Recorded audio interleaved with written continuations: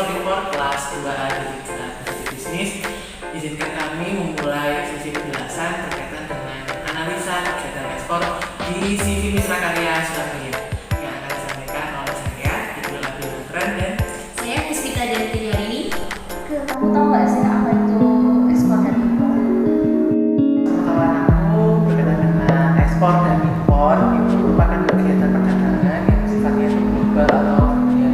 Jadi dari setiap negara itu bisa melakukan ekspor impor gitu. Jadi tidak hanya dari Indonesia, tapi juga dari beberapa negara maju seperti Amerika Serikat dan juga melakukan ekspor impor. Nah, jadi perdagangannya itu tidak hanya dari skala kecil, tapi juga ada skala besar, dan itu juga memiliki prosedur-prosedur yang memang harus dijalankan dan memang memiliki memiliki prosedur yang memang ribet dan sulit. Tapi dampak untuk ekspor impor ke dalam negara tersebut itu juga besar karena memasukkan income, memasukkan negara melalui pajak, melalui biaya cukai itu juga besar. Jadi memiliki dampak yang cukup besar bagi negara dan juga bagi eksportir atau impor. Jadi ekspor impor itu sangat berdampak besar ya bagi negara kita, khususnya di kayak ke kehidupan perekonomian. Betul. Terus kamu tahu nggak sih contoh ekspor dan impor yang ada di Indonesia ini, khususnya di Jawa Timur lah? Oke, yang aku tahu berkaitan dengan kegiatan ekspor impor yang ada di Jawa Timur khususnya itu lebih seringnya pada kegiatan ekspor impor di pelabuhan, karena memang melihat potensi dari Jawa Timur sendiri, khususnya di ibu kota Jawa Timur yaitu di Surabaya, itu kan juga titik fokusnya adalah di pelabuhan. Jadi kegiatan ekspor impor itu juga bisa dilaksanakan di pelabuhan. Jadi yang aku tahu seperti itu. Di pelabuhan, apakah ada contoh yang fakta yang ada ekspor impor di pelabuhan tersebut? Oke, sebelumnya aku kemarin itu sempat tanya-tanya gitu ke salah satu perusahaan yang memang kegiatan ekspor yang melakukan kegiatan ekspor di pelabuhan tersebut. Gitu. Nah, nama perusahaan ini adalah CV Mitra Karya Surabaya. Jadi CV Mitra Karya ini memang melaksanakan kegiatan ekspor cukup lama, dan itu sempat aku tanya-tanya itu memang mereka sudah menjalankan ekspor ke berbagai negara. Kalau boleh tahu, CV Mitra Karya ini didirikan oleh siapa ya? Jadi aku menjelaskan tentang company profile dari CV Mitra Karya ini. Jadi CV Mitra Karya ini merupakan CV atau perusahaan yang berdiri pada tahun 1999 atas inisiasi dari ketiga orang pemilik, istri, dan satu rekannya yang memang sudah berpengalaman di bidang ekspor masing-masing. Nah, dari CV Mitra Karya ini juga itu memiliki fokus pada produksi fumigasi, khususnya di bidang fumigasi di kontainer. Jadi untuk kebersihan kontainer itu ada produk fumigasi yang diproduksi di CV Mitra Karya ini. Dan dalam pengembangannya, CV Mitra Karya ini juga melakukan ekspor untuk fumigasi tersebut ke berbagai negara. Seperti itu. Kalau di sana tuh pasti ada kan ya, di sebuah perusahaan pasti ada struktur organisasinya. Kalau di CV Mitra Karya Surabaya ini, apakah terdapat struktur organisasi? Kalau boleh tahu? Oke,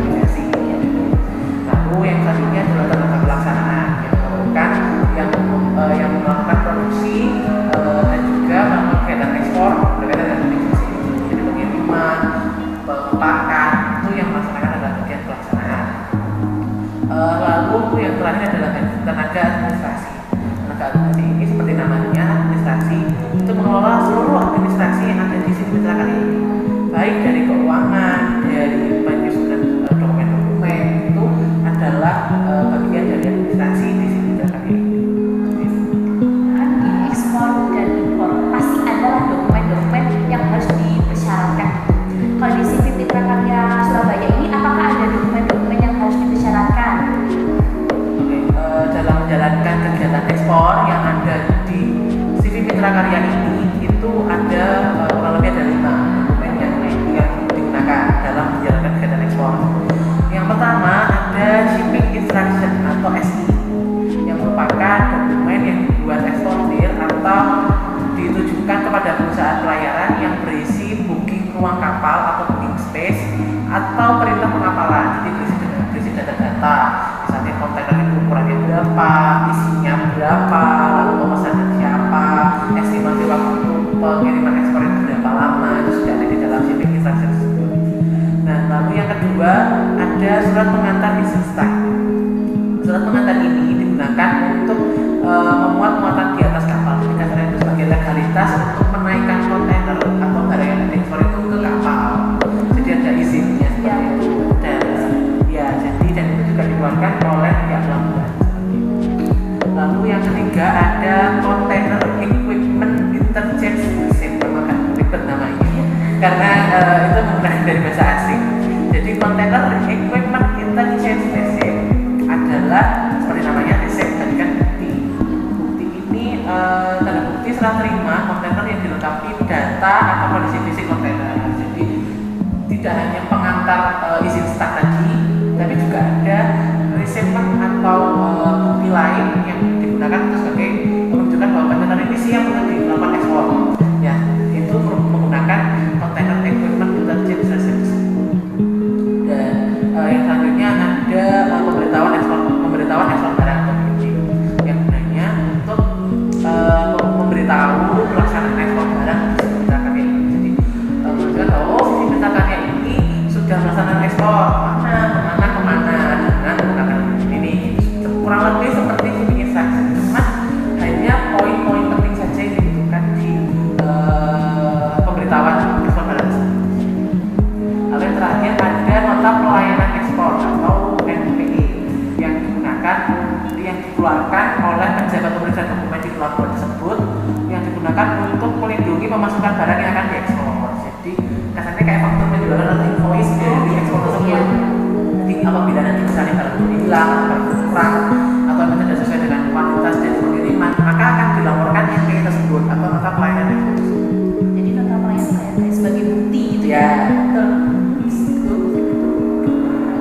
Selanjutnya kan pasti ada prosedur lah dari barang tersebut dari JV itu terus dinaikkan ke pelabuhan ke kapal, pasti ada prosedurnya. Kalau boleh tahu prosedurnya itu kayak gimana ya? Jadi yang pertama berkaitan dengan prosedur ekspor di sini ini kurang lebih sama seperti kegiatan ekspor pada umumnya. Jadi yang pertama adalah tentunya dari marketing ini melakukan penawaran ke perusahaan kendaraan yang memberikan komisi. Tolong mbak, kalau sudah butuh ada yang mau, dan dari pihak dari bagian marketing ini di sini mitra karya ini itu melakukan kesepakatan butuhnya berapa, kapan dikirim, mau dikirim kemana, biaya segini, kira-kira segini. Jadi dari pihak marketing seperti itu. Nah, setelah adanya kesepakatan, lalu dari sini mitra karya ini menyewa atau menggunakan jasa ekspedisi muatan kapal laut atau yang sering didengar itu adalah MKM di bagian pelabuhan itu, dan juga menggunakan jasa PPJK. Apa sih PPJK? PPJK itu adalah badan kepengurusan kepabeanan atau yang kasarannya itu yang mengurusi bea cukai untuk kegiatan ekspor. Seperti itu kan, kalau di ekspor kan pasti ada bea cukainya karena kan luar negeri seperti itu. Nah, setelah dari pihak ekspedisi muatan kapal laut dan PPJK ini sudah bekerja sama, sudah membutuhkan ini, oh ini kayak gini, oh nanti ekspornya kayak gini, sekarang dananya segini gitu, informasi ekspor ke sana. Nah, kalau sudah dari pihak MKL ini itu akan memberikan shipping instruction kepada si mitra karya dan juga ke PPJK. Jadi setelah mengirimkan itu isinya data-datanya, mau kirim berapa kontainer, isunya berapa, terus kontainer ukuran berapa, dikirim kapan, itu ada di shipping instruction. Setelah shipping instruction ini ada, maka dari pihak MKL ini akan melakukan booking trailer atau pemesanan kontainer yang akan digunakan untuk pengiriman ekspor. Jadi bookingnya itu kemana? Itu ke depo. Depo itu apa ya? Depo itu adalah tempatnya atau gudangnya kontainer kosong yang ada di pelabuhan. Jadi bagian untuk penyimpanan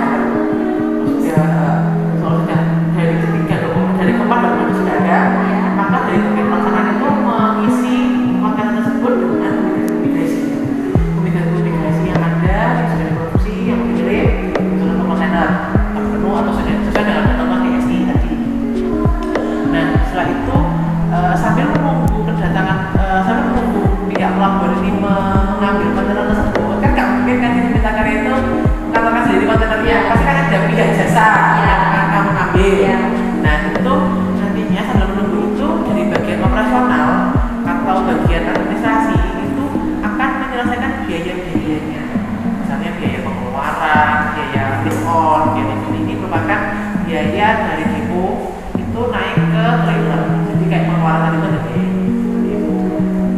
Nah setelah itu, setelah apa namanya, setelah administrasinya itu sudah biaya-biaya itu sudah ditentukan, maka dari bagian administrasi ini akan mengetahui nih, oh ternyata alurnya itu kayak gini, oh ternyata nanti katanya jam sekian, katanya sekian, barangnya sekian, dikirim, jadi sudah nanti bagian dari bagian administrasi itu nanti akan diserah pelaporannya nanti itu biaya nanti itu akan diserahkan ke bagian marketing kembali untuk dibuatkan job sheet itu kayak alurnya dari apa namanya itu data level ini, misalnya dari pengeluaran depo, misalnya tadi kan dari pengeluaran depo naik ke trailer nanti kan ada biaya.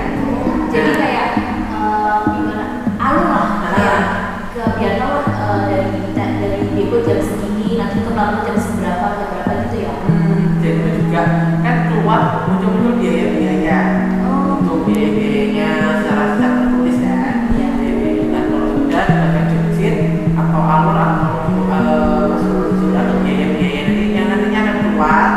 Nah dari marketing itu akan menyampaikan ke bagian keuangan, ini loh ternyata dari operasional itu butuhkan ini, dari pelaksanaan itu biayanya ini sudah saya buatkan job sheetnya. Jadi biar enggak apa misalnya kok butuh dananya saya, alurnya mana? Marketing kan bagian keuangan kan kayak gitu. Nah nanti buatkan seperti itu. Nah setelah dari bagian keuangan yang dirangkap oleh bagian administrasi itu akan diserahkan ke bagian dananya, ke bagian pelaksanaan. Ini loh biaya fee-nya, apa biaya record, biaya pengeluaran barangnya. Ini wis langsung dilaksanakan. Setelah kemudian kalau sudah di bagian administrasi itu sudah selesai, maka barang itu siap untuk dilaksanakan ke ekspor. Jadi prosedurnya tuh udah terarah gitu ya. Iya. Jadi yang kita mau pakai jasa ekspornya itu gak bingung lah, mau belum sampai, jadi udah terarah gitu ya. Makasih ya penjelasannya. Sama-sama. Terima kasih bagi Indonesia penjelasan terkait dengan kegiatan ekspor.